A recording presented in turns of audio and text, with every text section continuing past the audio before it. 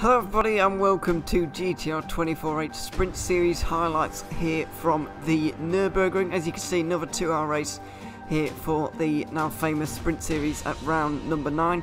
Tim Yarshall took the pole from Tiziano Brioni on this occasion. You see those two on the front row, and it's Euronics all on the inside at the moment as well, with Leon Otoki in 3rd and Richard Schaefer managing to get himself in 4th. But as we got underway, it was Daniele Primavera who made a great start from the 3rd row, took into the inside already, trying to make up the positions.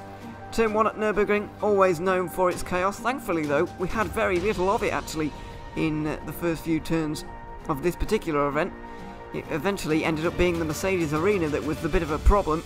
Tim Yarshall and Tiziano Brioni managed to escape most of it, but Primavera was ever so slightly tapped by the Burst eSport car actually, and it set off all kinds of chaos. Primavera wasn't very pleased about it, and eventually ended up spinning Ralph Piringer, which is one of the Euronics cars, of course. Richard Schaefer and Michi Hoyer would be battling though down here into turn number 1, and Michi Hoyer making a nice move around the outside at turn 1, late on the brakes from that Burst eSport Porsche, and inside for turn 2. Easy move in the end on Schaefer. About 20 minutes into the race, the battles were still raging down the field. This is for 13th between Steven Salsgaard and Chris Vickers, both in Aston Martins, and Vickers made a very late braking manoeuvre around there at the hairpin, but managed to keep it on the road and make it stick as well. Very impressive indeed. Here was the battle for the lead though. Only seconds later from that battle, Brioni was heading down the inside into turn 1, but a little bit too late on the brakes on this occasion, too tight of a line, and Yarshall was just able to make an easy cutback in the end to hang on to his position. Things will get a little bit more grisly at turn 4 though, with a bit of contact on the exit. Yarshall or sending Brioni into a spin, or Brioni sending himself into a spin on his own accord. You can make your own assumptions at home, but Brioni definitely lost a few positions or a few seconds out of that one due to his extra spin as well, trying to get back on the circuit. Ross McGregor making up positions here, muscling his way through past Hoyer, who, having got to the front of this little free car train, managed to get himself all the way to the back of it again, with Richard Schaefer trying to get through for 4th position. Porsche managing to hold on this occasion though.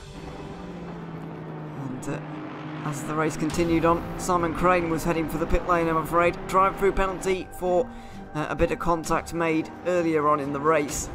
So Paul Simsport not doing quite as good on this occasion, but no longer had he come into the pit lane, the rain had started to fall, and Michi Hoyer was making his way back through this little free car pack again.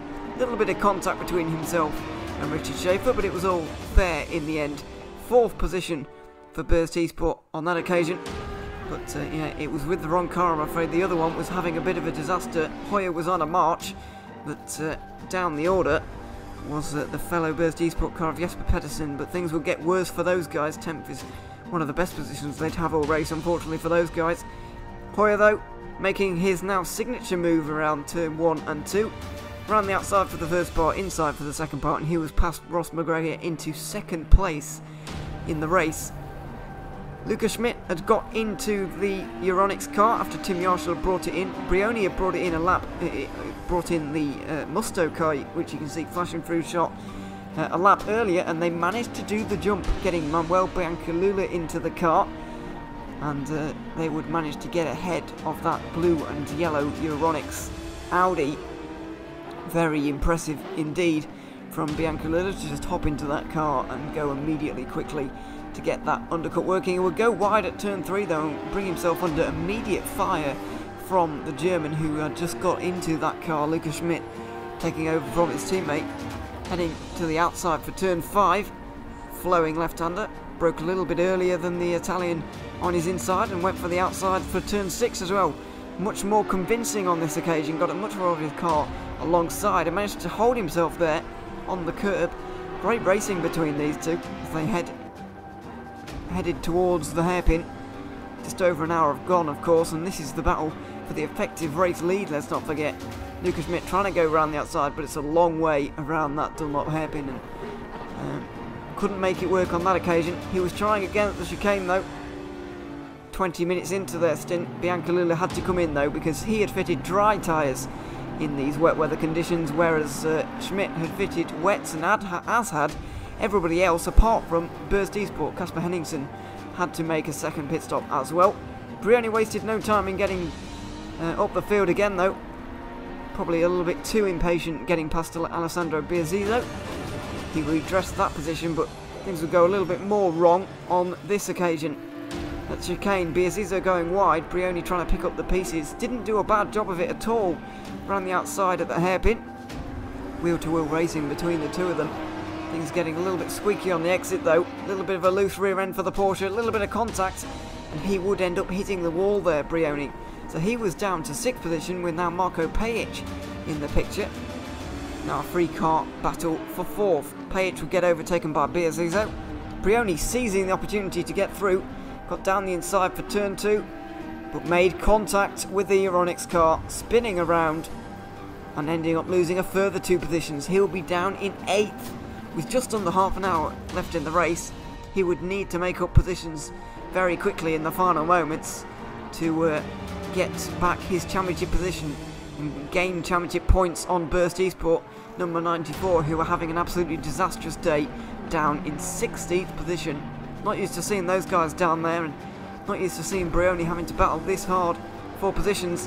Daniele Brambilla hadn't made a pit stop, or driver change, sorry, in this race, so he was always going to be disqualified at the flag anyway, but unfortunately he was just racing for fun, and he would end up making a championship defining moment here, spinning and clipping the Porsche. Another spin for the Musto GD E-sports, number 71. They would lose even more time in the end. But eventually, Brioni would get down the inside and get past Brambilla, who actually received a drive-through penalty. I believe it was for that in the end. So not great from him, and still no points on the board for that team. But should have had a fun race. Anyway, Lucas Schmidt though, still 7 minutes to go. Wasn't having it all plain sailing himself, just having this little short excursion on the gravel, but he would eventually take the win, despite some incidents happening around him. That was Matt Beavis in the background, by the way, but Lucas Schmidt would take the win. John Munro for Simply Race Zancho would come home second. Johannes Weiss would get Butler Pal's first podium at their home track.